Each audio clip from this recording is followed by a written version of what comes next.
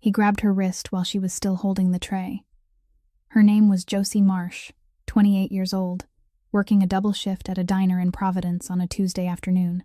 The man standing in front of her was Harlan Price, and half the buildings going up along that harbor had his name on the permit. He'd sent his plate back 3 times. Now he was on his feet, and he had her by the wrist, and he wasn't letting go. The diner was full, 30 people, maybe more, and every single one of them was looking somewhere else. Josie kept her chin up and asked the room for help. She wasn't screaming. She just asked. "One person," she said. "That's all I need." Nobody answered her. Nobody stood up. In the back booth, an old man held onto his coffee cup and stared straight down into it. Price leaned close to her ear and said something too quiet for anyone else to hear. And whatever it was, it took the fight right out of her. Then he raised his other hand. Josie turned her face away and shut her eyes. The blow never landed. The bell over the door rang instead. Sunlight came across the floor, and a man walked in wearing a dark suit, not hurrying, not looking at anybody. The whole room went quiet. Not polite quiet, the other kind. And Harlan Price, a man who'd never backed down from anything in his life, slowly lowered his hand. He knew exactly who had just walked in. Josie didn't. Not yet. If a story like this one means something to you, do us a favor and hit that like button. It helps more than you'd think. Share it with somebody who needs the reminder that speaking up still matters. And subscribe so you don't miss the next one. Now let's go back to that Tuesday afternoon in Providence and find out who came through that door. The man walked between the 2 rows of tables as though no one else was in the diner, and the seat he chose was the last stool at the counter, against the wall, with his back to the door. He placed one hand on the counter, looked up at the woman standing behind the cash register, and ordered a cup of black coffee. Nothing more. He didn't so much as glance toward the table where Josie was still standing, another man's handprints lingering on her wrist, the tray of food tilted in her hands. Bernadette Kowalski, whom everyone called Birdie, poured the coffee with hands that trembled so badly the rim of the pot clattered against the cup. She had run this diner since the days when the harbor was still crowded with fishing boats. She had seen every kind of person walk through that door, and she knew exactly whose coffee she had just poured. No one in the diner said a word. The clatter of knives and forks had stopped completely. Someone set down a cup and forgot to drink from it.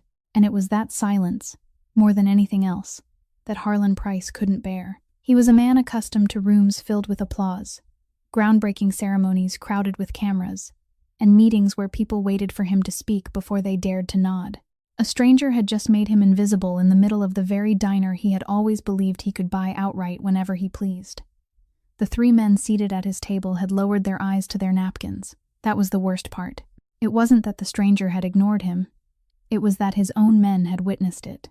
Price released Josie's wrist, straightened his collar, and walked toward the counter. He moved slowly, with the deliberate stride of a man accustomed to having others turn and greet him. When he reached the end of the counter, he placed a hand on the shoulder of the man in the dark suit and said that some matters were no concern of a passing stranger, and that in this city, a man ought to know which table belonged to him. The other man didn't turn around. He stared straight ahead at the faded chalkboard menu hanging on the wall and spoke 3 words, his voice so quiet that only those seated near the counter could hear him. "Let go. Now." Harlan Price laughed. It was the laugh of a man who had never had to weigh the consequences of his actions. The same laugh he used to end negotiations whenever the other side had nothing left to bargain with. Then his grip tightened. What happened next came so quickly that later, when the people in the diner told the story to one another, none of them could agree on exactly what they had seen. The hand on the man's shoulder was torn away. The wrist was twisted backward at an angle no human wrist was meant to turn, and Harlan Price stumbled back 2 steps, braced himself against the edge of the table behind him, and released a long breath through clenched teeth. The man remained seated on his stool. He had never risen. Not a single drop had spilled from the cup of coffee in front of him. 2 of the men who had come with Price sprang to their feet. One of them had taken half a step forward when the other seized his elbow and held him back. This man was older. He had worked around the harbor long enough to know the names people didn't speak aloud, and he had just gotten a clear look at the face of the man seated on the last stool at the counter. He shook his head once. The other man followed his gaze, then slowly sat back down. No one reached inside a coat. No one raised his voice. The diner remained as silent as before, except that the silence was no longer pressing down on Josie. It had shifted, and now it rested entirely on Harlan Price. He straightened his sleeve, and because he couldn't leave without saying something, he addressed the entire room instead of any one person.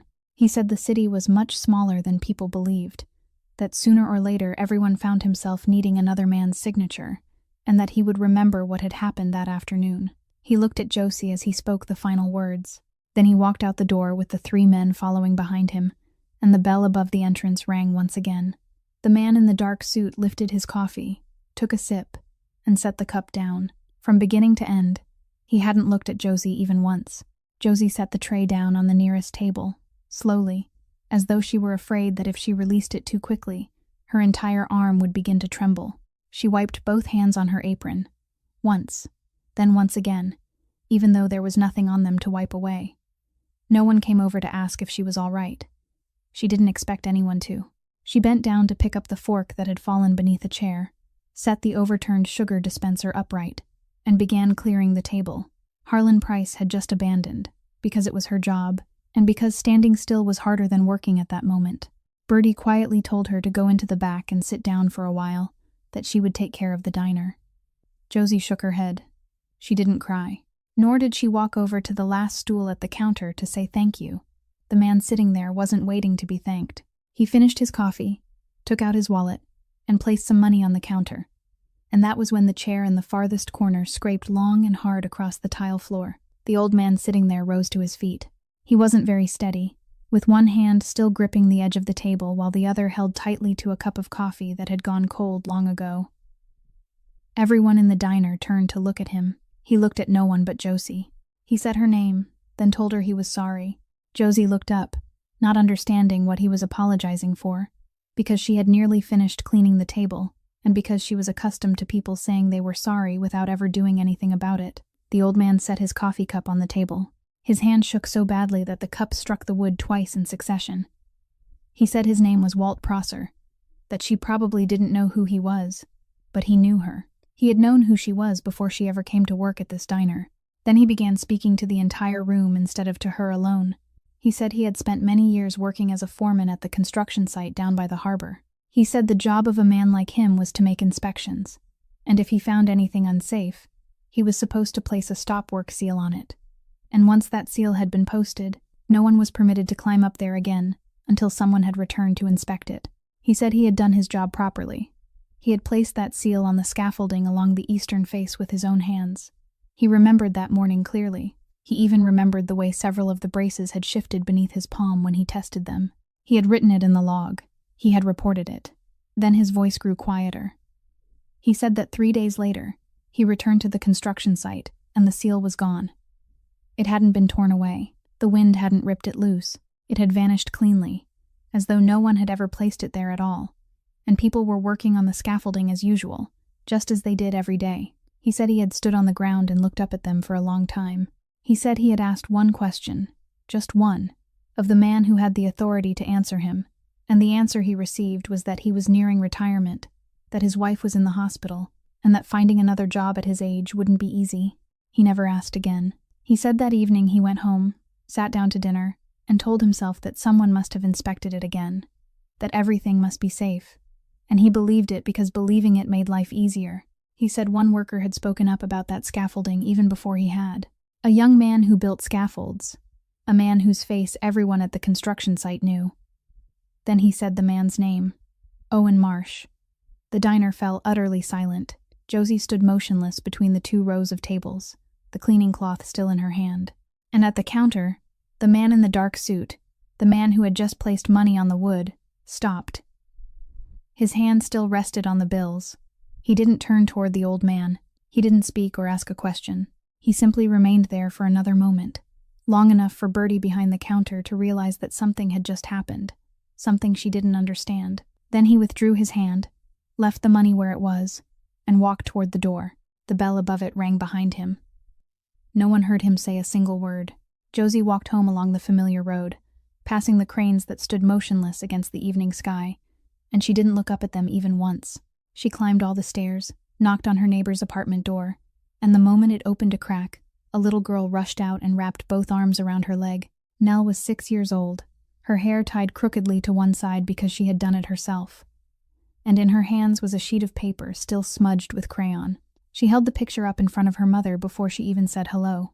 It showed 3 fish, 1 large and 2 small, swimming among blue circles that Nell explained were waves. She said her teacher had let them draw anything they wanted in class that day, but the child sitting beside her had drawn nothing but fire trucks, so she had to draw fish to make hers different. She was the little fish in the middle, and her mother was the biggest fish, because her mother was the strongest swimmer in the family. Josie lifted the girl into her arms, the drawing pressed between them, and carried her down the hallway to their apartment just like that. Throughout dinner, Nell talked without pause about how her teacher had promised to hang the whole class's pictures on the hallway wall the following week, how she had learned to write the first letter of her name without anyone guiding her hand, and how the neighbor had given her star-shaped cookies. Josie listened, asked questions in the right places, laughed in the right places, and never once let the girl see her wrist. She taped the picture of the 3 fish to the refrigerator door, low enough to be at a child's eye level, and Nell stepped back and admired it for a long time before she finally agreed to go brush her teeth. Only when the room held nothing but the steady sound of her daughter's breathing did Josie return to the kitchen and sit at the table beneath the only light still burning in the apartment. She placed 2 things in front of her. One was the pay envelope Bertie had given her that morning, thinner than she had expected because business at the diner had been slow and there had been almost no tip money that week. The other was the hospital appointment notice, which she had folded and unfolded so many times that the creases were beginning to tear. She placed them side by side and sat looking at them without doing the calculations again, because she had already done them enough times and the answer never changed. Then she stood, opened the cabinet beneath the sink, and pulled out Owen's metal toolbox. It had been there since the day she moved into the apartment, beneath several bottles of dish soap, and she had never opened it. Once, her neighbor had told her she ought to give it to someone who could use it, because it was a shame to let good tools go to waste. Josie had said she would do it later, and those words had lingered from that day all the way to the present. She set the box on the table, released the 2 latches, and opened the lid. The first smells that rose from it were machine oil and wood, the scents that used to cling to his clothes every evening, the scents she had thought she had forgotten. Everything inside was arranged neatly, exactly as he had always kept it, each item in its proper place. His flat carpenter's pencil lay in the uppermost compartment, one side of its tip worn down because he had always held it at an angle. Beside it was a piece of graph paper folded into quarters, covered in the square handwriting of a man more accustomed to recording numbers than writing words. Josie unfolded it. The page contained measurements for a bunk bed, including a note in the margin saying that the ladder rungs needed to be lower than usual because the little girl's legs were still short, and at the very bottom, he had added one more line, saying that every corner had to be rounded. Josie set the paper on the table and remained perfectly still for a long time. Then she lifted out the tool tray so she could place the paper underneath and keep it from getting crumpled. And at the bottom of the box, beneath the metal lining, she found a carefully clipped stack of papers. 3 copies. The same handwritten complaint, each one signed and dated several weeks apart, all 3 addressed to the same place. Bertie knew what Josie intended to do after hearing only one question, and she told her not to do it. She warned her that some doors were easy to open, but impossible to close again. Yet by the following afternoon, Josie was standing on Federal Hill Street, in front of an old brick building wedged between 2 shops, with a narrow entrance, faded blue paint, and no sign above the door. She tucked the folder beneath her arm and knocked. The man who answered was middle-aged and broad-shouldered, his body filling the entire doorway. He asked whom she was looking for. She said she was looking for the man who had sat at the counter of the Blue Kettle on Tuesday afternoon. He told her she had the wrong address. Josie said she didn't, and if he wanted, he could go inside and ask the man one question. He could tell him there was a waitress standing outside the door, and that she hadn't come to thank him. The man studied her a little longer, then told her to stay where she was and closed the door. It was quite some time before the door opened again. Inside, it was much darker than the street. The air smelled strongly of coffee, and billiard balls clicked together at the far end of the room. But the moment she stepped inside, the sound stopped completely. 6 men were scattered among the tables, and all 6 rose to their feet, not because of her, but because of the man who had just emerged from the room in the back. He told everyone to sit down. Then he pointed to the chair across from him. Josie sat and kept the folder on her lap instead of placing it on the table. He said she shouldn't have come there. She said she knew. He asked why she had come anyway. she said, because she had nowhere else left to go. He told her that if she needed protection, there were simpler ways to arrange it. Someone could say a few words to Harlan Price, and he wouldn't set foot inside that diner again. Josie shook her head and said she hadn't come to ask for protection. He asked what she had come for. She said she had come to propose a deal. Someone in the room gave a quiet laugh, then fell silent at once. The man didn't laugh. He said that people who came to this place proposing deals usually needed to have something in their hands. Josie said she did. He asked what it was. She didn't answer immediately. Instead, she asked why he had stopped that afternoon when the old man in the diner spoke a certain name. He said nothing. She told him she had seen it. He said that wasn't what they were there to discuss. She said, all right, then they could discuss something else. And she began to speak. She said that after her husband's funeral, when she still couldn't even make herself sit up in bed, 2 men in suits came to her old apartment. They brought flowers. They said they represented the company, spoke very kindly to her, and placed a document on the table that they called a family assistance agreement. He asked if she had read it. She said she had looked at the paper. He asked again whether she had read it. Josie was silent for a moment, then said that at the time, she had been taking medication prescribed by her doctor so she could sleep, that her daughter had just turned 5 and was crying in the next room, and that she had signed where the men pointed. He asked what the document said. She told him she hadn't understood until several months later, when she took it to someone who knew how to interpret it. It wasn't an assistance agreement. It was a document stating that she voluntarily and permanently surrendered every right to file a complaint or bring a lawsuit against the company in exchange for a sum of money they called a bereavement payment. He asked whether she had spent the money. She said she had used it to pay for the funeral, and that was something she would carry with her for the rest of her life. No one in the room moved. The man sat straighter in his chair. He said that if the signature was genuine, she had no path left through the courts, and she ought to understand that before sitting down in front of him. Josie said she did. He asked what she had brought him, then. Only then did she place the folder on the table. She said that one summer, after she understood what the document truly was, she had gone looking for extra work at night, 3 evenings a week, after her daughter fell asleep and the neighbor came over to watch her. A cleaning company hired her without asking many questions, because they were always short of people willing to work the late shift. He asked where she had cleaned. Josie looked him directly in the eyes and gave him the name of the building. Price Harbor Group. The 7th and 8th floors.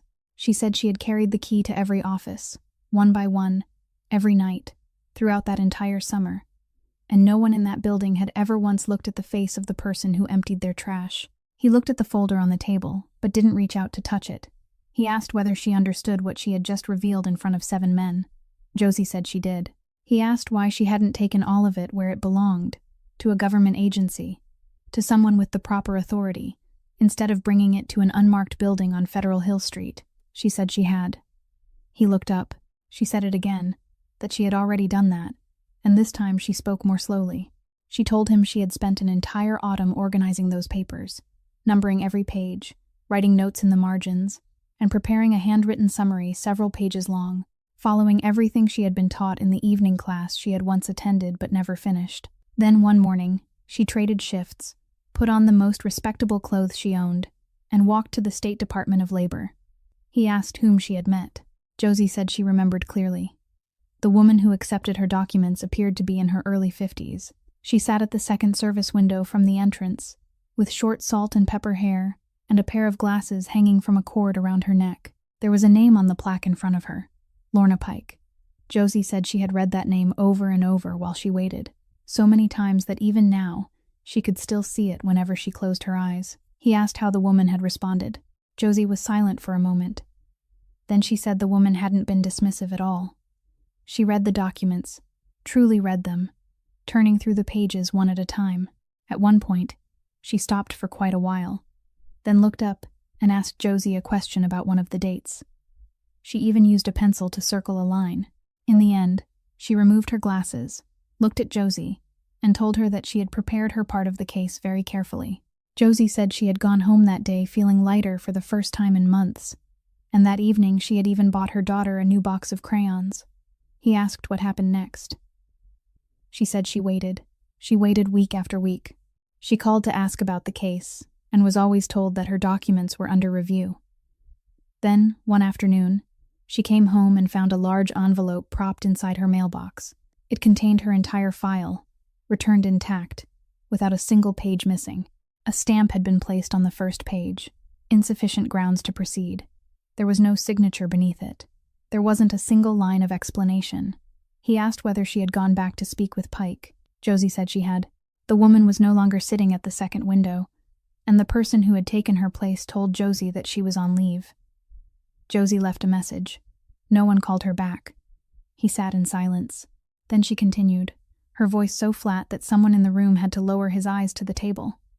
She said that during that same week, the cleaning company had called to tell her she was being dismissed. They gave her no reason at all. They merely said that staffing under the building's contract had been adjusted and that her services were no longer needed. She said she had stood in the kitchen holding the telephone for a long time after they hung up, and that was when she understood something. He asked what she had understood. Josie said she realized she had been completely wrong about the door she was knocking on. She had believed that if she was careful enough, correct enough, and patient enough, the system would do its part. But they hadn't stamped her file because her case was weak. They had stamped it because it was strong. And if they could reach all the way into that second service window, if they could make a woman who had circled a line in her file with a pencil disappear from her seat, then Josie could submit those papers 10 more times and still receive the same envelope back in her mailbox. He asked what she wanted from him.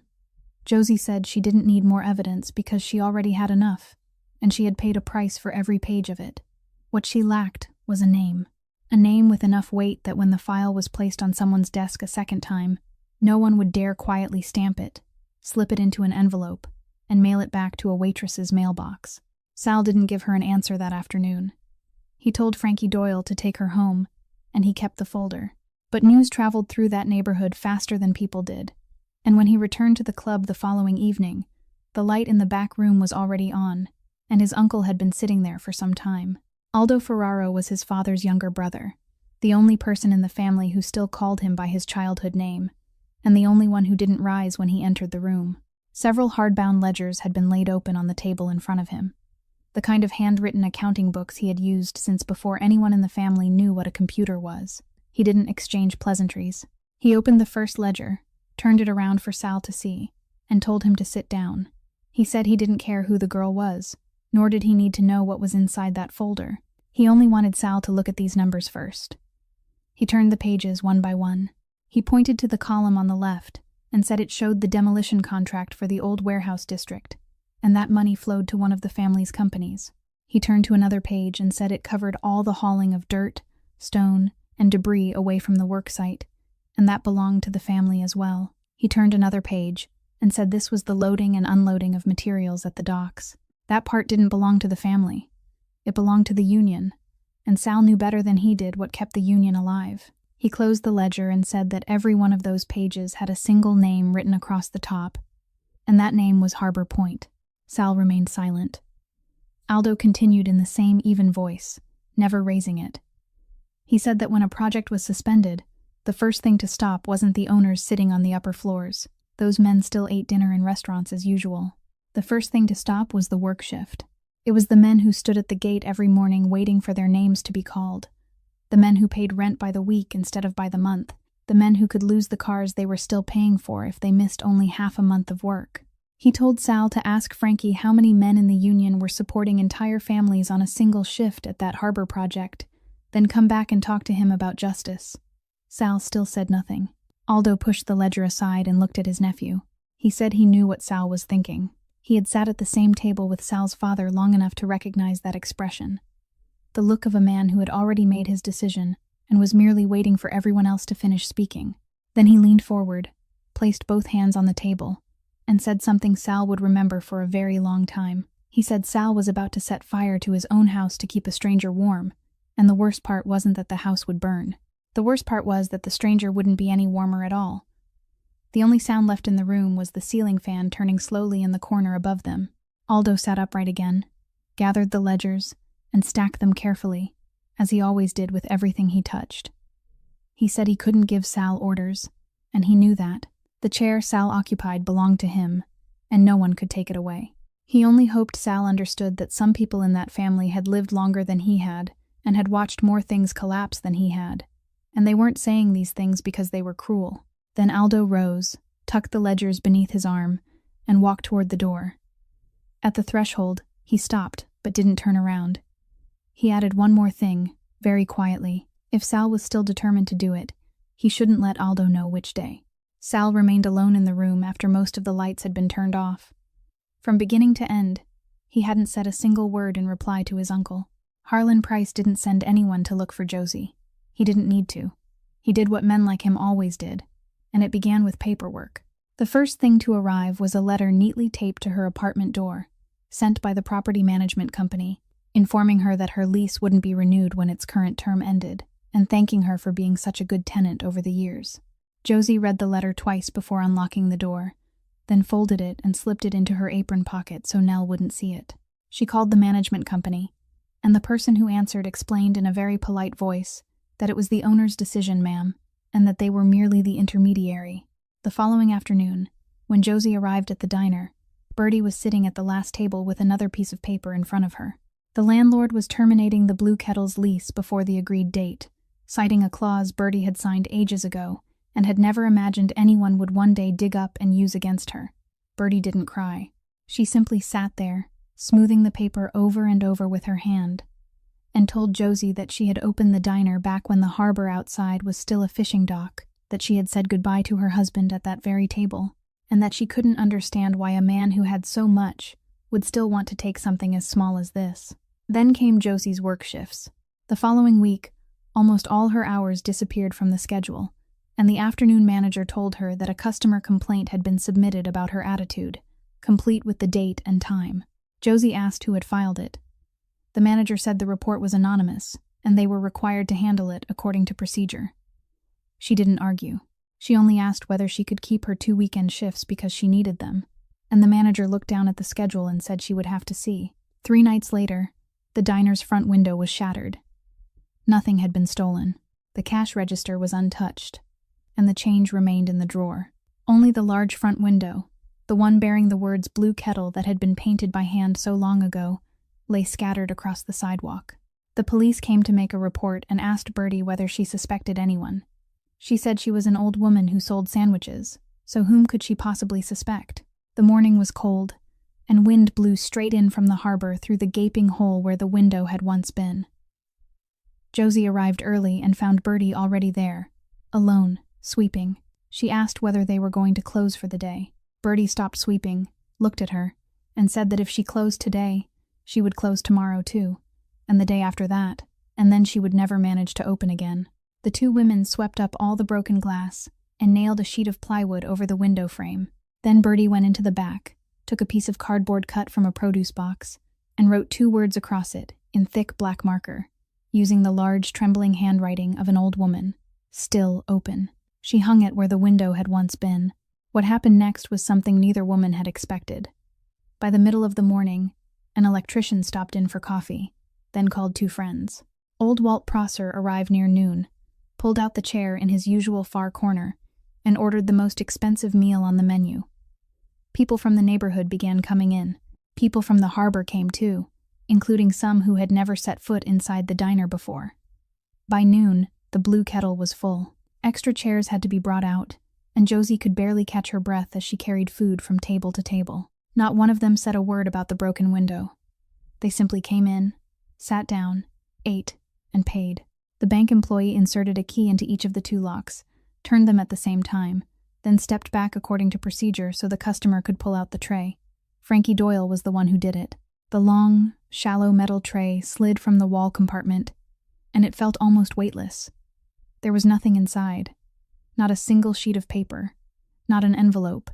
Not even a speck of dust. Frankie stared at the empty tray for several seconds, then let out a curse that made the bank employee quickly turn away. He tipped the tray upside down and shook it, then bent to peer inside the wall compartment as though something might have become lodged in the back. Sal didn't move. He looked at Josie. Josie hadn't gone pale at all. She stood with her arms folded across her chest, studying the empty tray with the expression of someone who had received exactly what she had been expecting.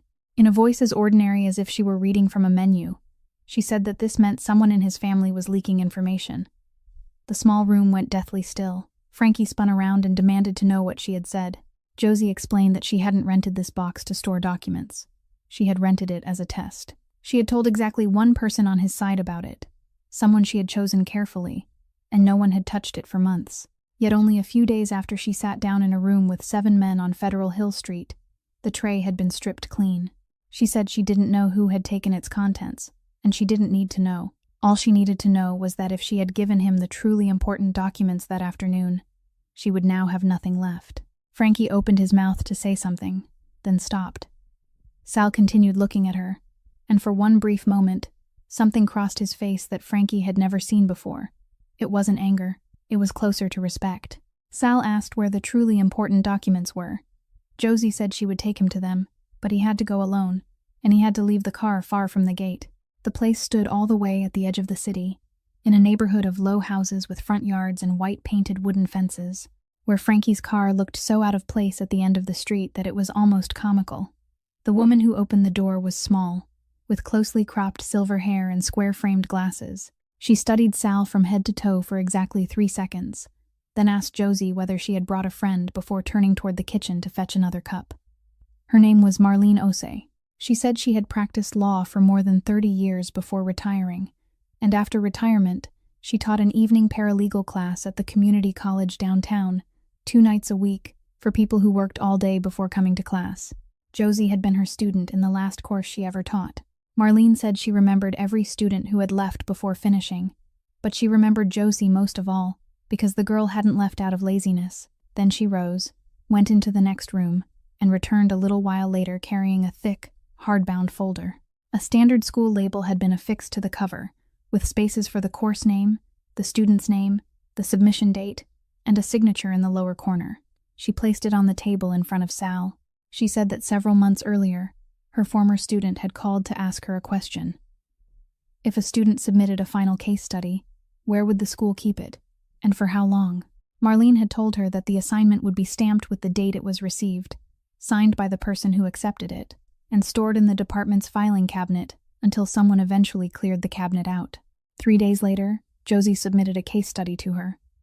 Marlene said she had read the entire thing in a single night. Then she looked at Sal over the top of her glasses and said she had spent her life teaching law. She knew exactly what she was holding, and she knew exactly why her student had chosen to submit it to a retired law professor instead of giving it to anyone else. No one would ever think to search the filing cabinet of a community college. And if the day ever came when someone asked where these documents had come from and how long they had existed, they already bore a date, an acceptance signature, and there was still a living attorney sitting right there who could testify that she had received them on that exact day. Josie had remained silent the entire time. Only then did she speak. She said she hadn't hidden the documents in the safest place. She had hidden them in the most legally secure place. The woman behind the desk on an upper floor of the federal building didn't invite anyone to sit down. She read first. Catherine Brandt was a prosecutor, and she read the way someone reads after going through thousands of case files in a lifetime, quickly through the parts that didn't matter, and infuriatingly slowly through the parts that did. She said nothing for nearly an hour. Josie sat in the chair across from her, with both hands resting in her lap. Sal stood against the wall behind her and didn't approach the desk even once, and Brandt hadn't looked in his direction. At last, she closed the folder, removed her glasses, and said she would be direct, because Josie deserved to hear the truth directly. Then she asked whether Josie knew what the phrase illegally obtained evidence meant. Josie said she had heard it mentioned in class. Brandt said that in that case, she would understand immediately. She placed a hand on the documents and explained that most of what they contained consisted of copies of internal records taken from a building Josie had been given keys to enter at night for cleaning, not for opening other people's drawers. She said the opposing attorneys would see that before they reached the second page. They wouldn't argue about the contents. They would file a motion to exclude everything. They would win that motion, and the court would never see a single line of what was in the folder. Brandt delivered her final sentence slowly. From a legal standpoint, everything Josie had sacrificed an entire summer to obtain was worth almost nothing today. The room remained silent for a long time. Josie didn't ask her to explain again. She simply sat there, and Brandt watched her and realized that this young woman wasn't collapsing or arguing. She was waiting to hear the rest. So Brandt continued. She said she had sat behind that desk for many years, and every year, dozens of people walked into her office carrying folders in their hands, and she had to send most of them home. Josie was different. Then she reopened the folder, turned to a page she had marked earlier, and said, "You didn't bring me evidence. You brought me a map." She explained that because of those documents, she knew exactly where to find what she needed, which systems contained it, who had passed it to whom, and who had put pen to paper. Without the folder, it would have taken her 2 years to uncover that much, and she might never have found it at all. The only problem was that she couldn't take the map into court. She could only follow it. Josie asked what she needed. Brant turned the folder around to face her and placed the tip of one finger on a signature at the bottom of a safety inspection report. She said she needed someone on the inside, someone who had been present, who had the authority to sign, and who would willingly step forward. Not someone who had been dragged out or coerced, but someone who came forward voluntarily and surrendered whatever he possessed of his own accord. If such a person existed, everything in the folder would come back to life, because Brant would have a lawful path to obtain each piece of evidence again. Without that person, she would have to thank Josie and show her to the door. Josie looked down at the signature. Brant spoke the name exactly once and didn't repeat it. Dale Whitlock. She said he had been the construction supervisor, that he had signed the report, and that of everyone named throughout the entire folder, he was the only person still alive, still employed, and with everything to lose. The notice from the hospital arrived in the middle of that week, and it was no longer an appointment for another examination. The hospital had scheduled Nell for a specific procedure on a specific date, accompanied by an estimate of the cost and a line stating that the family needed to confirm a payment arrangement before admission. Josie stood at the reception desk with the paper in her hands, read it from beginning to end, then asked the employee what would happen if she couldn't confirm one. The employee said that in such cases, the file would be transferred to the waiting list and the procedure rescheduled for a later round.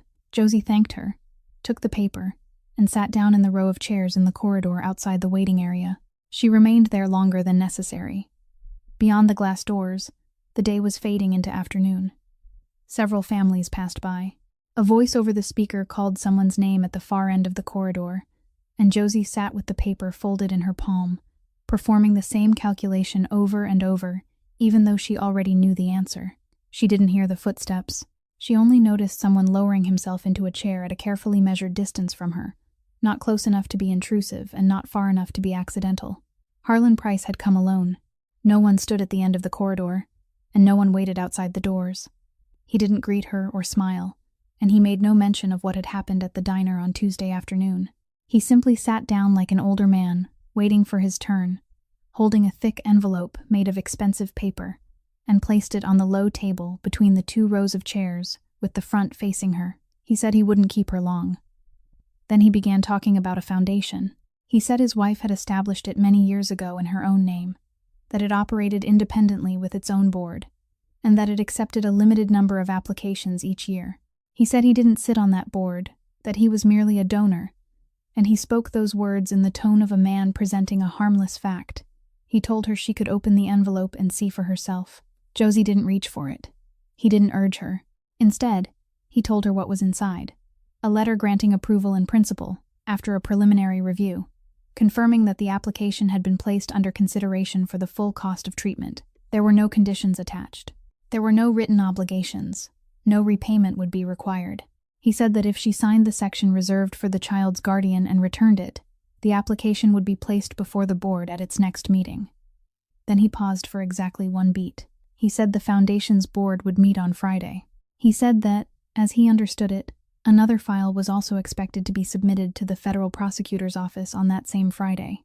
Those 2 matters, of course, had nothing whatsoever to do with one another. Then he sat in silence and said nothing more. Josie looked at the envelope on the table. She didn't ask what he wanted because she already understood, and because he had been so careful that even if she had recorded the entire conversation, there wouldn't have been a single sentence worth presenting in court. He hadn't threatened her once. He hadn't mentioned her daughter. He had simply sat in a hospital corridor and spoken about meeting schedules. At last, she asked him one question in a very quiet voice. How long had he spent planning this? Harlan Price looked straight toward the glass window at the end of the corridor. He said he hadn't planned anything, that people liked to imagine men like him sitting in dark rooms drawing diagrams, but that wasn't how it worked. He said he simply understood one thing very well, something most people took an entire lifetime to learn. Everyone had something they wouldn't trade away, and his job was merely to wait patiently until he discovered what it was.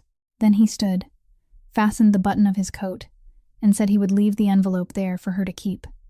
He had walked several steps before he stopped, turned back, and added that signing was very quick. It took less than a minute. The part that took time was sitting there and deciding whether to sign. Josie remained alone in that corridor until the ceiling lights shifted into their evening setting, and the cleaning staff began pushing their carts along the rows of chairs.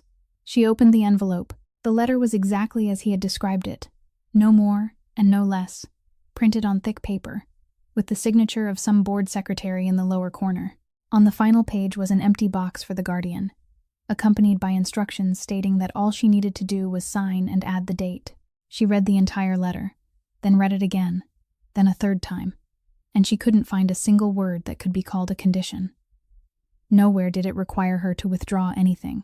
Nowhere did it mention any case or investigation. If someone had seen that letter without knowing anything about the past several months, they would have said it was simply a rare blessing that had fallen into the hands of a woman who desperately needed it. She took a ballpoint pen from her apron pocket, the same pen she used to write down customers' orders, and raised it in her hand. She sat that way for a long time, the tip of the pen hovering a handspan above the paper.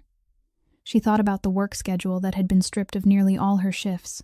She thought about the letter that had been taped to her apartment door, which was still inside her apron pocket beside that very pen. She thought about what the employee at the reception desk had said, that if payment couldn't be confirmed, the case would be moved to a later round, and she thought about how many people she had watched get pushed into a later round and remain there forever. She thought about how all she had to do was lower her hand and write her name, and that night she would sleep peacefully for the first time in months. The next morning, she would wake early, take her daughter to school, and never have to make another calculation.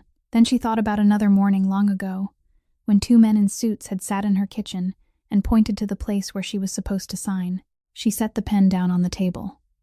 The next day, when Harlan Price returned to the corridor at the time he had appointed for himself, he found her still sitting there. On the low table lay the envelope, neatly folded and unsigned. She pushed it toward him. He didn't pick it up immediately. He asked whether she had read it carefully. She said she had read it 3 times. He asked whether she understood that this offer wouldn't be made again. She said she did. Then, without the slightest tremor in her voice, she told him that the money given to her after her husband's funeral had been used to bury him, and she had lived with that knowledge ever since. She said that if she signed this paper today, her daughter would be treated with money from the same man, bearing the same name, and for the rest of her life, she would have to watch her little girl grow up knowing that both times, when she buried the child's father and when she saved the child's life, she had taken money from the man who had sent her father falling to his death. She said she couldn't live with that. Then she added that she had tried to imagine whether she could, that she had sat there all night trying, and the answer was no. Harlan Price picked up the envelope and slipped it inside his coat. He rose, fastened the button, and looked her over from head to toe, not with contempt, but with genuine curiosity, like a man who had just encountered a number that didn't fit in his calculations. Then he spoke his final words. He said he had met many decent people in his life, and he had learned that principles were like everything else. People kept them only as long as they could afford to pay for them. He said he hoped she had enough money. Then he walked down the corridor without looking back even once. Somehow, Bertie guaranteed the initial portion of the cost, though she refused to explain how, and the hospital kept Nell's scheduled date. Josie brought her daughter in early that morning. Sal was already in the corridor before they arrived, standing at the end of the row of chairs with his hands in his coat pockets, and he offered no explanation for why he had come. When Nell saw him, she released her mother's hand, ran over, and held a folded sheet of paper in front of him. She said she had drawn it for him the night before. Sal bent down and accepted it. On the paper was a very tall man, colored entirely in black, standing in the middle of a green field. In the upper right corner was a huge yellow sun, with rays drawn so forcefully that the pencil had torn through the paper in one place. Nell explained that he always wore black and looked very sad, so she had added the sun to make him less sad.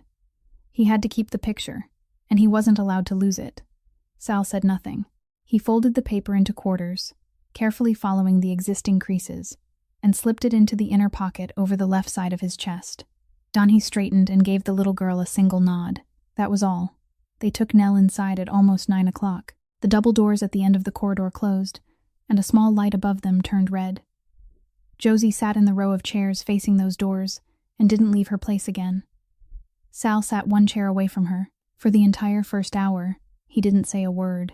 He didn't ask if she was all right, didn't tell her everything would be fine, didn't go for coffee, and didn't look at the clock. He simply sat there with his hands resting on his knees and his eyes fixed on the wall ahead. And Josie realized that it was the kindest thing anyone had done for her in many months. Only after the sun had risen high beyond the windows and the corridor had filled with people before growing quiet again did he speak. He said he had once had a younger brother. Josie turned toward him. He continued looking at the wall. He said his brother's name was Enzo, that he had been many years younger, and that he was the only person in the family who wanted nothing to do with their father's work. He wanted to continue his education.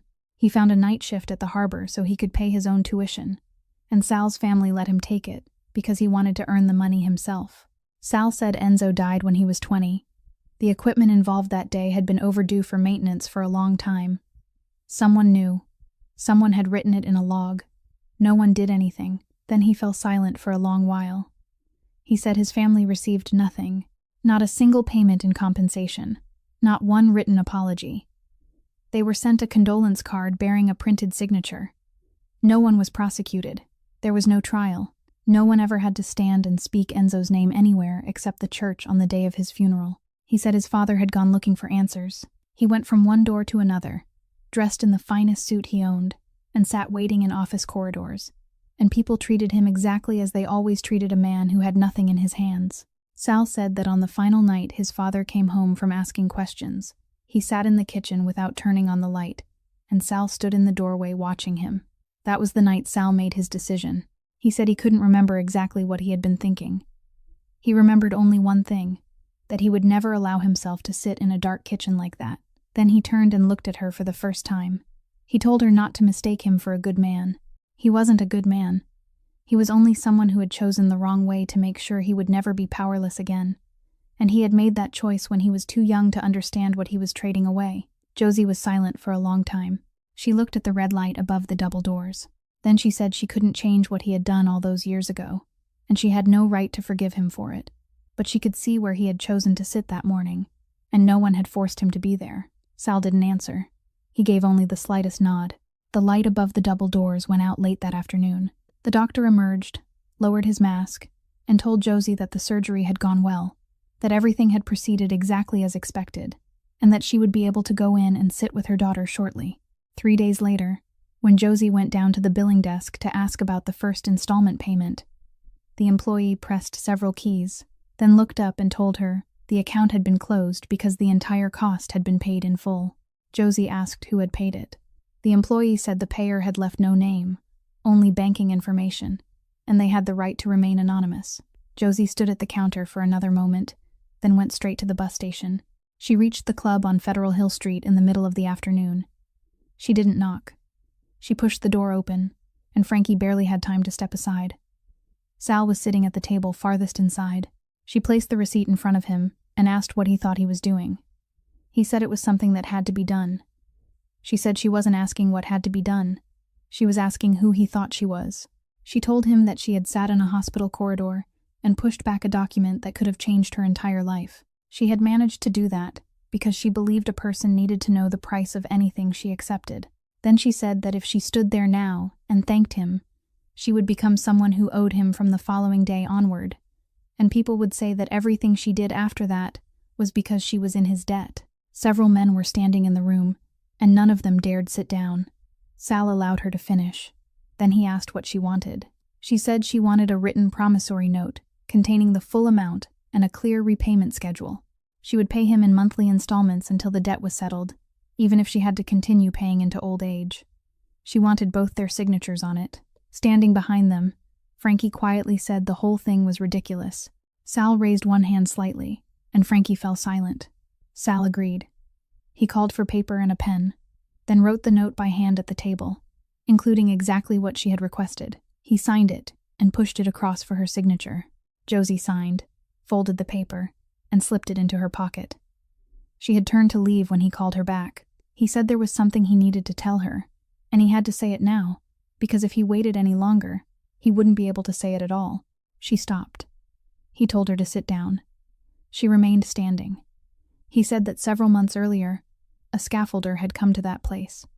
The man hadn't known anyone in Sal's family. He had merely asked around the harbor and found the club on his own, then stood outside the door in the same place where Josie had stood that day. The man said there was a scaffolding system at the construction site that was going to kill someone. He had submitted written complaints, and no one had done anything.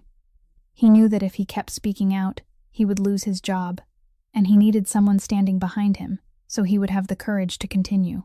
Sal said he had agreed to meet the man once. Not there. At the Blue Kettle, at the 6th table from the entrance.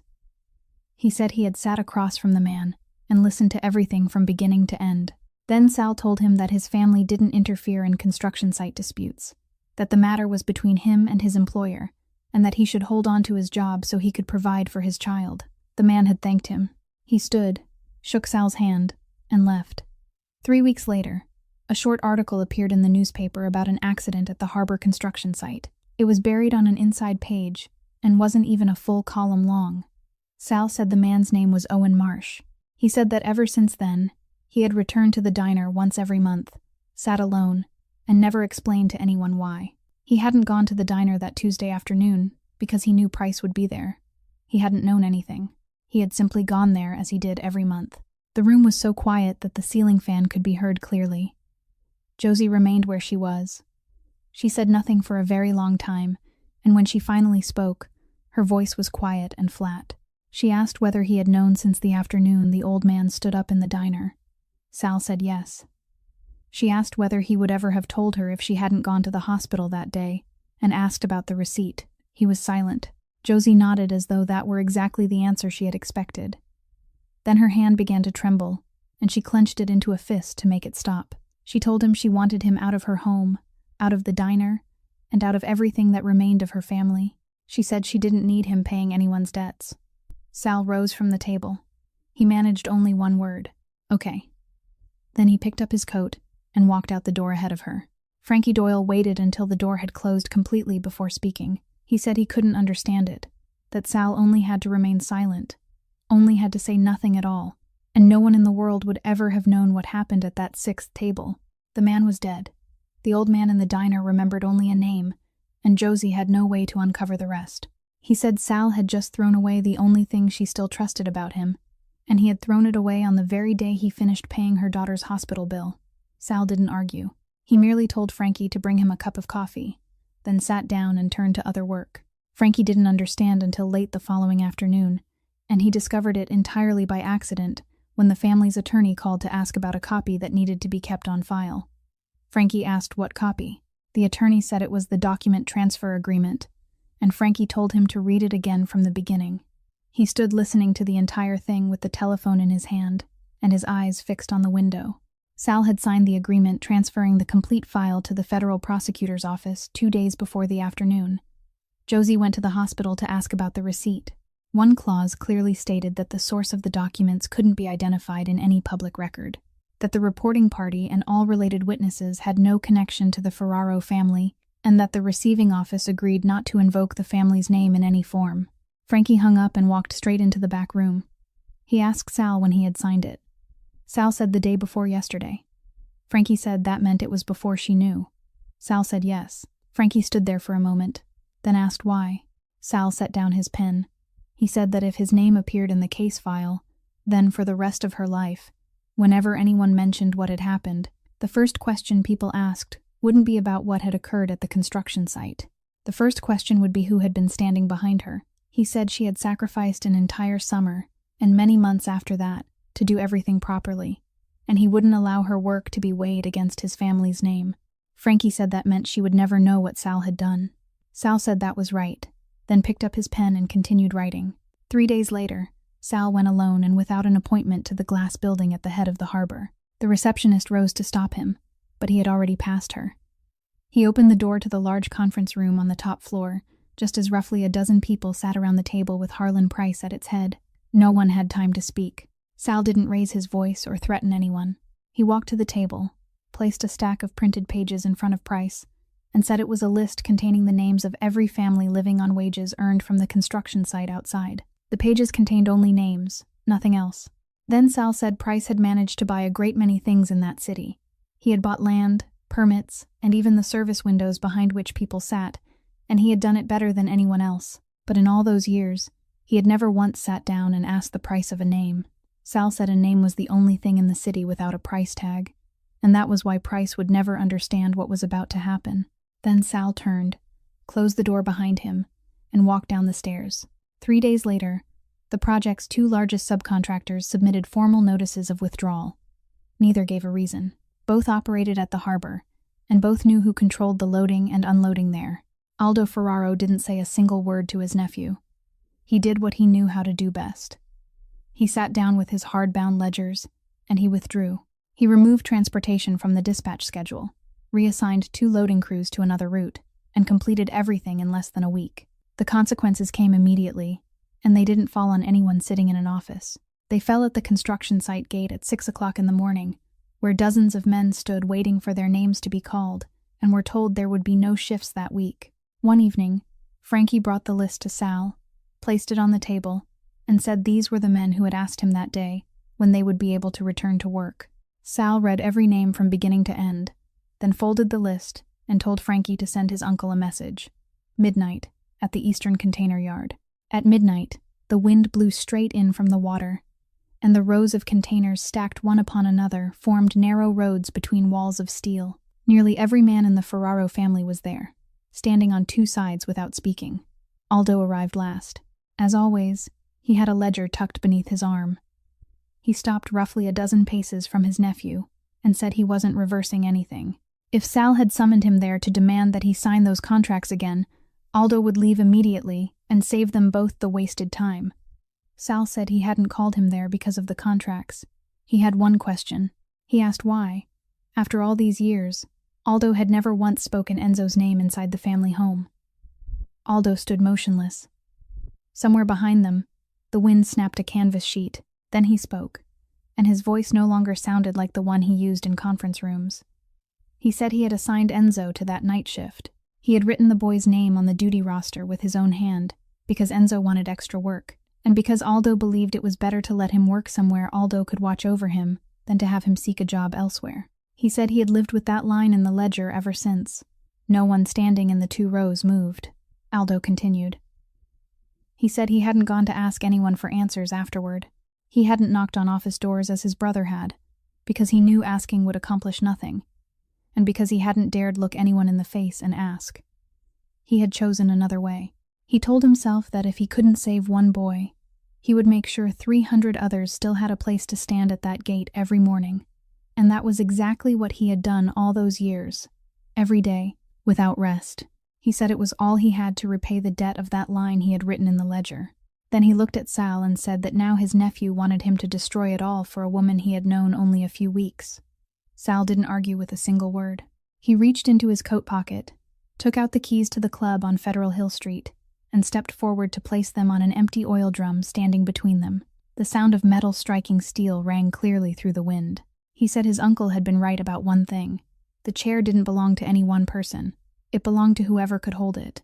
Then he addressed everyone standing there, not just his uncle. He said that anyone who wanted to follow Aldo's way had the chance to say so that night, and he wouldn't ask a second time. The keys were there. Aldo could take them, but he would have to pick them up in front of everyone present. No one spoke. Aldo looked at the keys. Then Frankie Doyle stepped out of the line, crossed the empty space between the 2 sides, and stopped beside Sal's left shoulder. He didn't say a word. A moment later, another man crossed over. Then 3 more moved almost at the same time and formed a line behind Sal. Aldo reached out and picked up the keys. He held them in his palm and felt that they weighed exactly as much as they always had. Then he raised his eyes and looked around, studying every face in the darkness between the 2 rows of containers.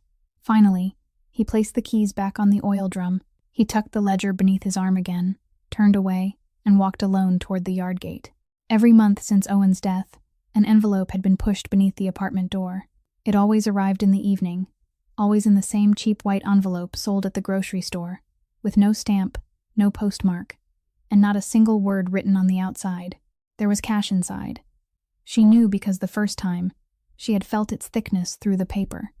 She hadn't opened it. She had stood in the kitchen holding it for a long time that night, and what she felt wasn't gratitude, but a hot shame that burned across her face. The feeling of someone who had just been seen in desperate circumstances by a stranger who had decided to do something about it without asking her a single question. She imagined that person standing on the other side of the door, hearing the little girl inside, then bending down to push money through the gap. So she put the envelope away. She did the same with the next one. And with every envelope that followed, they all lay stacked at the bottom of Owen's toolbox. None of them opened, even during the months when she had to count the loose change at the bottom of her apron pocket to buy milk. Bertie once told her to stop being such a fool because money was money, and Josie had replied that she didn't understand. Josie wouldn't accept money from someone whose face she had never seen. The night she caught him was a night when she came home earlier than usual because her shift had been shortened. She climbed the stairs without turning on the hallway light, and at the far end, in front of her apartment door, a young man was kneeling on one knee, with one hand pushing an envelope beneath it. He looked up. They remained motionless, staring at each other for several seconds. Then he sprang to his feet and started to run. And Josie said only one thing: "Don't run, or I'll have to find you." He stopped. He was very young and thin, dressed in a faded work jacket, and his hands trembled so badly that he had to clench them into fists. He said his name was Micah Tate. Josie opened the door, turned on the light, and told him to come inside. She poured him a glass of water and sat across from him. He held the glass but didn't drink. She asked who he was. He said he worked at the construction site by the harbor and had been the youngest member of the crew that day, having started only a few months earlier. Then he couldn't continue. Josie waited. At last, he set down the glass, covered his face with both hands, and revealed what he had carried inside him ever since. He said he had been standing at one end of the plank that day, and when it began to break, Owen had been the person closest to him. He pushed me away. That was all he managed to say before he began to cry, the muffled sobs of a young man who had spent a long time teaching himself to hold them back. Josie didn't move. She sat with both hands resting on the table, and in her mind, everything about that morning rearranged itself once again into a new order. She understood that for all those months, she had been living with a story that was missing one line. Micah said the official report had described the accident as personal negligence. He had told the person preparing the report what happened. He had explained it clearly, but when he was allowed to read the typed version, that part was gone. He said he had been only 23 years old and hadn't known what to do. He hadn't dared come to see her. Several times, he had stood outside the blue kettle, then lost his courage and walked away. The envelopes were the only thing he could think to do, so he came every month. He apologized for making her feel humiliated. Josie rose and went into the other room. She returned carrying the toolbox, placed it on the table, opened the lid, lifted out the upper tray, and turned the box toward him. An entire stack of white envelopes remained inside, thick and neatly arranged. Not one of them opened. Micah stared at the envelopes for a long time. Then Josie removed a sheet of paper from her folder, a copy of a safety inspection report, and placed it in front of him, with her finger pointing to the signature at the bottom of the page. She asked if he knew who it belonged to. Micah bent down to look. He studied the handwriting for a moment. Then his expression changed, and he drew so far back that his body pressed against the chair. He said, "That's my uncle's handwriting." Micah Tate went to see his uncle the very next evening. He gave no warning. He simply arrived at the house, sat down at the kitchen table, and placed the document bearing that signature in the middle of it. Dale Whitlock looked at the paper, then at his nephew, and asked where he had gotten it. Micah said he didn't care where it had come from. He only wanted to know whether his uncle had signed it. Whitlock said Micah was young and didn't understand how things worked at a construction site, that dozens of reports had to be signed every day and no one sat there reading every line. Micah said he had been there. Whitlock told him to go home. Micah said he had sat in someone's home the previous night and seen a box full of money that she hadn't even bothered to open. Dale Whitlock rose, picked up the paper, folded it, and returned it to his nephew. He said he had nothing to tell Micah about the matter, now or ever, and warned him never to bring anything like that to his house again. Micah walked out, and the door closed behind him. 2 days later, Dale Whitlock received a message from a number he didn't recognize. It contained exactly one line, saying that the club on Federal Hill Street remained open until 3 o'clock in the morning. There was no sender's name, no threat, and not a single word telling him what to do. He deleted the message. The following night, he drove past that street twice, then went home. On the third night, he parked his car, walked to the narrow blue door, and knocked with his own hand. Inside, only one light remained on above the table, farthest in the back. Sal sat there alone. He pointed to the chair across from him and told Whitlock to sit down. Whitlock sat with both hands in his lap, and the first thing he said was that he had nothing in his possession and was only an employee. Sal didn't respond. He took 3 things from a desk drawer and placed them one by one on the wooden table in front of him. The first was Dale's complete payroll record, including his annual bonus and the company's insurance contributions. The second was his wife's hospital account, showing the outstanding balance and the name of the hospital. The third was a copy of the report bearing his signature at the bottom of the page. Dale Whitlock stared at the 3 documents and couldn't speak. Sal allowed the silence to remain for a while. Then he said he could take away the first 2 things within 2 days. He wouldn't have to do anything illegal. He would only need to make a few telephone calls to the right people, and by the end of that week, Whitlock would have no job, no one in the industry willing to employ him, and no possible way to pay the balance shown on the second document. After saying that, Sal fell silent. Dale Whitlock lowered his face. Then Sal said he wasn't going to do it. Whitlock looked up. Sal explained that if he did, then 3 months later, when Whitlock sat before the court, he would sit there as a man who had been driven into a corner. He would have an excuse. He would go home and tell his wife that someone had forced him, and she would believe him, and he would believe it too, and he would live the rest of his life as a victim. Sal said he didn't need one more man believing he was the victim in this story. Then he gathered the 3 documents, pushed all of them toward Whitlock, rose, and opened the door. He told him he could go home. Dale Whitlock remained seated for another moment. Then he picked up the documents, stood, and walked out into the night without saying a word. 3 days later, on a Thursday morning, he went to the federal prosecutor's office. He walked inside by himself, gave his own name at the reception desk, and asked to speak with Catherine Brandt. In his coat pocket was the old telephone he had kept all those years, and on it was a recording of the call he had received the morning someone told him to have the stop work seal removed. Josie's name was called in the middle of the morning on the second day of the trial. She walked to the witness stand, placed her hand on the book as the clerk instructed, recited the oath, and sat down. From there, she could see the entire courtroom. She saw the row where Harlan Price sat with his 3 attorneys, Bertie in the 3rd row with her handbag resting in her lap, and Walt Prosser sitting with his back straight like an old soldier. The defense attorney who rose to question her was a man with a pleasant voice, and he didn't behave aggressively. He began with very ordinary questions. He asked what she did for a living. She said she was a waitress. He asked how many shifts she worked each week. She said it depended on the week. He asked whether she had once worked additional night shifts for a cleaning company. She said yes. He asked whether she had completed college. She said no. He asked whether she had attended an evening paralegal class and left before finishing it. She said yes.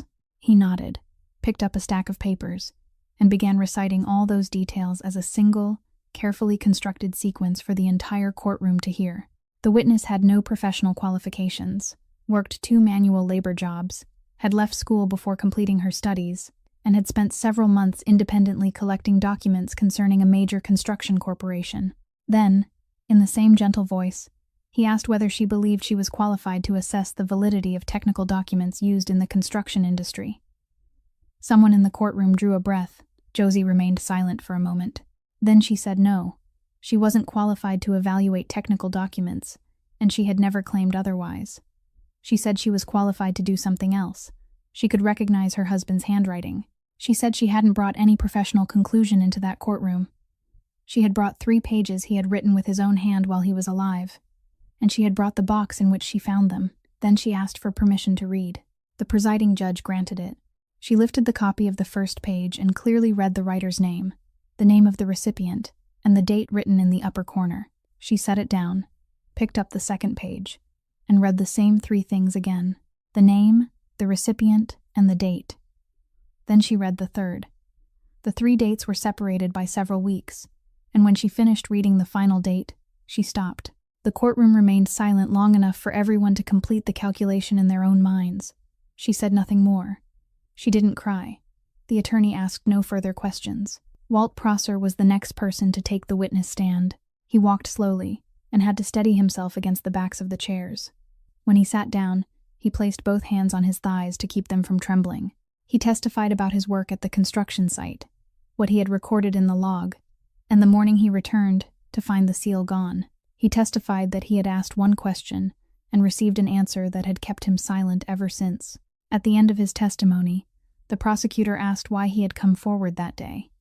The old man said it was because he was old, and he didn't want to carry this into the ground with him. Then it was Dale Whitlock's turn. He approached the witness stand with the bearing of a man who had slept very little for many nights. He confirmed that the signature at the bottom of the report was his.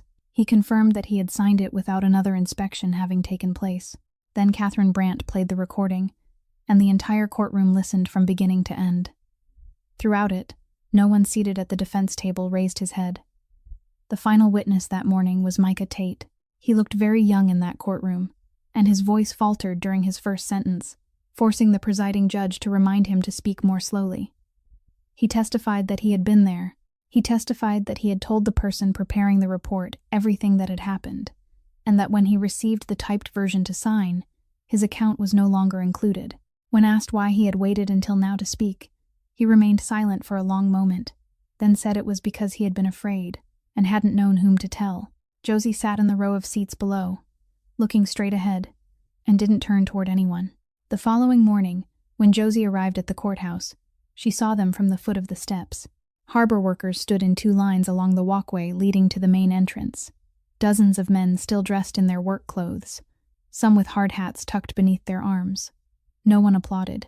No one called her name. They simply stood with their arms at their sides, leaving an open path between them for her to walk through. Josie made it all the way down that path without managing to say a word, and only after she entered the lobby did she have to stop beside a stone column for a moment to steady her breathing. That morning belonged to the defense. Josie sat in the second row beside Bertie and listened as the clerk read the name of the next witness, Lorna Pike. Josie straightened before she had time to think. The woman who entered through the side door was the same one, with short salt and pepper hair and glasses hanging from a cord around her neck, a little older than she had been that morning at the second service window. She approached the witness stand, took the oath, and sat down. The defense attorney rose with the expression of a man preparing to close the final door. Bertie reached over and grasped Josie's wrist.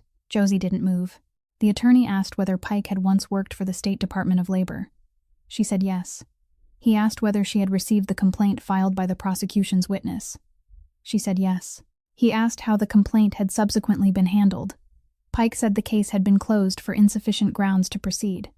The attorney nodded, turned toward the jury, and began his next question. But Pike interrupted and asked permission to add something. The presiding judge allowed her to continue. The attorney turned back to look at her. Lorna Pike bent down, opened the bag at her feet, removed a thick bound stack of papers, and placed it on the surface of the witness stand. She said it was a complete copy of the file she had received that day. She had copied the entire thing herself before sending it onward, and she had kept it in her home ever since. Then she took out a second document, only one page, and said it was the written directive sent by her superior, ordering her to close the case. She had kept that too. A chair scraped across the courtroom floor. Someone rose and objected. Then the presiding judge struck the gavel. Josie remained still, Bertie's hand gripping her wrist, and stared at the woman on the witness stand without blinking. When the courtroom had settled again, Catherine Brandt rose and asked Pike exactly one question. Why had she kept these documents for so long without submitting them to anyone? Lorna Pike was silent for quite some time. Then she said she had spent nearly her entire working life at that service window, that she had a pension and a sick husband, and that the moment she held the directive in her hands, she understood that if she submitted it alone, she would be the only person standing there. She would lose everything, and the case would still remain closed. She had told herself she would wait. She would wait until someone else stood up beside her. She said she had waited a very long time, longer than she had imagined, so long that on some nights she believed no one would ever come, and that she had kept those papers only to deceive herself into believing she wasn't a complete coward. Then she looked down, searched among the people seated below, and found Josie in the second row. She told her, "Today, there is." Josie didn't rise, speak, or nod. She simply remained in her seat and let the tears run down her face for the first time since she had entered that courthouse. The jury deliberated for 2 days. Harlan Price was convicted of falsifying documents, obstructing a federal investigation, and violating workplace safety regulations resulting in death. The entire Harbor Point project was suspended. Its permits were reviewed again from the beginning, and the court ordered the creation of a compensation fund for the families of workers who had been employed at the construction site. On the day of sentencing, Josie sat in the second row and didn't look toward the table across the courtroom even once. 1 year later, on the ground floor of an old building several blocks from the harbor, a small office opened with a sign bearing the name of the Owen Marsh Free Legal Aid Fund for Workers. The first money placed in that fund came from the stack of unopened white envelopes that had remained at the bottom of the toolbox for all those months, and Micah Tate sat beside Josie and counted them on the evening before the office opened. Josie ran the office during the day and completed the evening program she had once left unfinished. The class was now taught by another retired professor, while Marlene Osei visited the office once a week to help Josie review case files. Nell had started first grade. She was healthy, and her drawings still covered the refrigerator door at home. The blue kettle reopened with a new window, and Bertie maintained one rule that she never explained to anyone. The 6th table from the entrance was always kept available for anyone who walked in without enough money in a pocket to pay for a meal. Sal quietly began moving the family's business into fully licensed transportation, slowly, one part at a time, and Frankie Doyle continued standing by the door as he always had. One weekend evening, after Bertie had turned off the diner's lights, Josie and Sal remained seated on the steps outside. They didn't say much. When Sal bent down to retie his shoelace, a sheet of paper folded into quarters slipped from the inner pocket over the left side of his chest and fell onto the step below. Josie picked it up. She unfolded it and saw the man colored entirely in black, standing in the middle of a green field, beneath the yellow sun drawn so forcefully that it had torn through one corner of the paper. The creases had worn thin from being unfolded and folded again so many times. She folded it along the old creases and handed it back to him. He returned it to its place, and they sat in silence, looking out at the street that had grown empty. This story leaves us with several things worth thinking about. The way someone treats the person carrying food to their table reveals more about who they truly are than anything they might ever say about themselves. The silence of decent people is what allows bullies to survive, and it takes only one person willing to stand first for that wall to begin to crack. Justice isn't the same as revenge, because revenge only turns us into what we despise, while justice restores the name of the person who was lost. And perhaps most important of all, no one is so poor that they must sell their dignity, and no one is so rich that they can buy it. What saved Josie Marsh wasn't a hero walking through a door. It was her own quiet patience through all the months when no one was watching. If today's story touched you, please subscribe to our channel, press like, and share it so we can continue listening to more meaningful stories together every day. How did this story make you feel? And if you had been sitting in that diner that afternoon, would you have stood up? Please leave a comment below. We sincerely hope to hear the feelings that come from deep within your hearts. We wish everyone watching this video lasting health, a joyful life, and peace in every day ahead. Goodbye, and we'll see you again in the next video.